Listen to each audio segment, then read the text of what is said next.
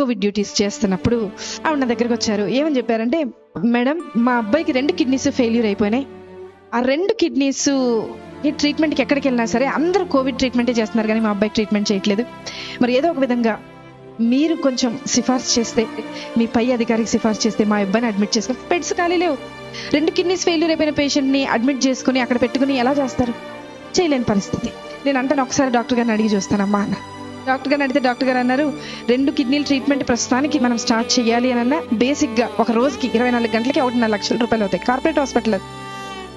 మరి వాళ్ళు కడతారా? నేను ఆవిడ దగ్గరికి వచ్చి అడిగాను. ఆవిడ ఈ బైబిల్ చూపించి అందే, అమ్మా నాకు వెనక ముందు ఎవ్వరు లేరు, నా దేవుడే నా దిక్కు, నేను ఎక్కడికి వెళ్ళి వెతకలేను, అడగలేను, దేవుడిని పట్టుకుని చెప్తున్నానమ్మా, 24 గంటల టైం ఇవ్వు, రేపటి లోపల కట్టేస్తాను. మీరు ఎక్కడైనా చూసారా హాస్పిటల్లో డబ్బులు కట్టకుండా ముందు జాయిన్ చేసుకున్న వాళ్ళు ఎవరైనా చూసారా? ఆవిడ రిక్వెస్ట్ మేరకు పై డాక్టర్తో రిక్వెస్ట్ చేస్తే జాయిన్ చేసుకున్నాం. సరే, ట్రీట్మెంట్ జరుగుతూ ఉంది.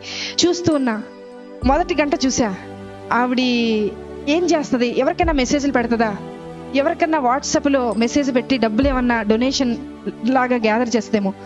మధ్యాహ్నం 11:30కు ఆ సమయంలో అడ్మిట్ చేశాం. 12:30 అవ్వింది. అందరినీ అడిగా, ఆవిడ ఉన్నారు కదా, ఆవిడ ఏం తిన్నారో ఒకసారి అడుగుతారంటే మా నర్సులు అందరూ అన్నారు, మేడం ఆవిడ మోకరించింది, ప్రార్థన చేస్తుంది, అసలు మేము వెళ్తున్నా పక్కకి తప్పుకోవట్లేదు మేడం, మేము అలాగే ట్రీట్మెంట్ చేసి వచ్చేస్తున్నాం అన్నారు. సరే, ఆవిడని డిస్టర్బ్ చేయదు. మధ్యాహ్నం 1:30 అయింది, చూశాను ప్రార్థన చేస్తుంది. సాయంత్రం 4:30 అయింది, చూశాను ప్రార్థన చేస్తుంది. రాత్రి 6:30 అయింది, చూశాను ప్రార్థన చేస్తుంది.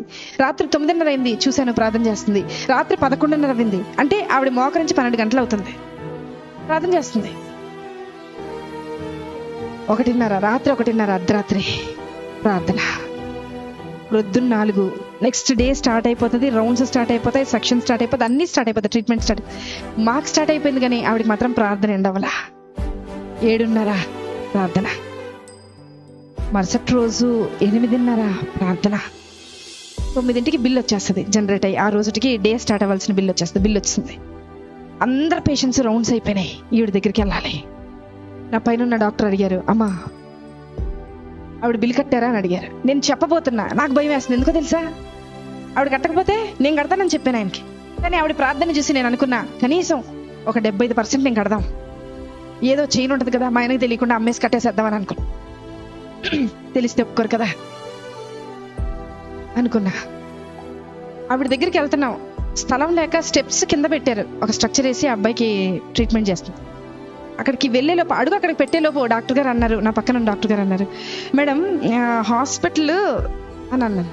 చెప్పండి సార్, ఏదో మీరు చెప్తారు అంటే ఇంకా కొంచెం టైం దొరుకుద్దేమో, ఏదైనా ఆన్సర్ ఆలోచించి ఆయనకు చెప్దాం, ఎందుకంటే ఆవిడ ఇంకా కట్టలేదు, ప్రార్థన అవ్వలేదు ఆవిడది అక్కడ.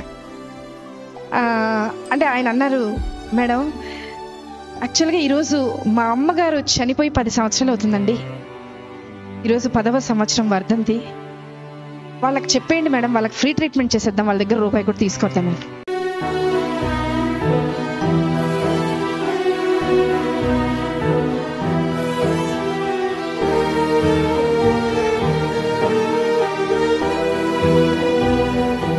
నేను వెళ్ళి లేపానావండి, లేపి తీసుకొచ్చాను. బిల్లు కట్టక్కర్లేదు నువ్వు అన్నా. నాకు తెలుసు మేడం, నా భర్త వదిలేసి వెళ్ళిపోయినా, నా బిడ్డ నా చెయ్యి దాటిపోయినా, నన్ను ఈ లోకంలోకి తీసుకొచ్చిన యేసయ్య నా చెయ్యి విడిచిపెట్టడం. ఒక మాట చెప్పనా, ఆవిడ సెటప్ బాగాలేదండి, చీర మొత్తం చినిగిపోయింది, బ్లౌజ్ చినిగిపోయింది, జుట్టు సరిగా దవ్వలేదు. నేనన్నా, నీ బయట గెటప్ బాగోలేదు, కానీ నీ లోపల సెటప్ విశ్వాసం మాత్రం చాలా బాగుంది.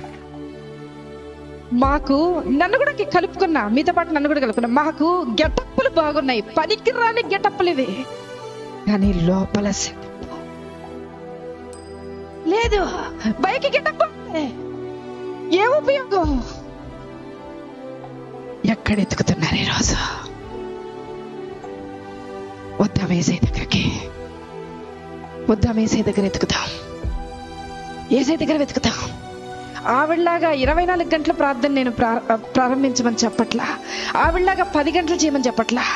విసుకక్క ఆయన సన్నిధిని వెతుకుతూ ఉంటాం, విసుకక్క వెతుకుతాం, మళ్ళీ మళ్ళీ వెతుకుతాం.